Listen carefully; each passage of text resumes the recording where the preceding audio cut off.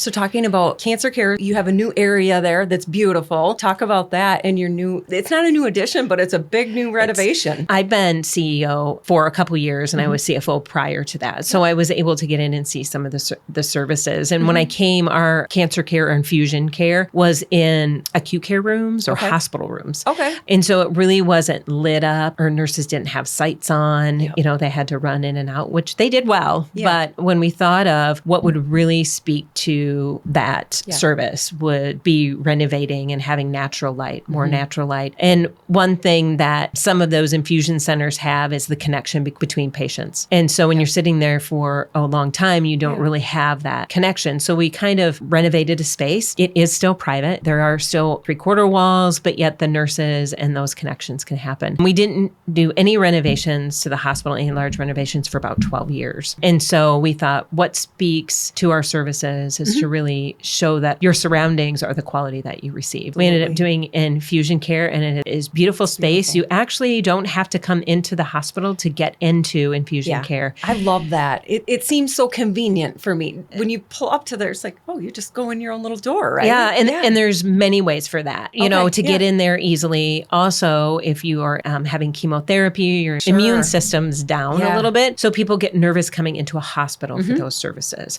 Right. So that was just one additional benefit where we put it that we could implement. Yeah, and it's beautiful. Yeah. It's nice and bright in there. And that makes a difference too when you're going through something like that where you have to be there and spend that much time.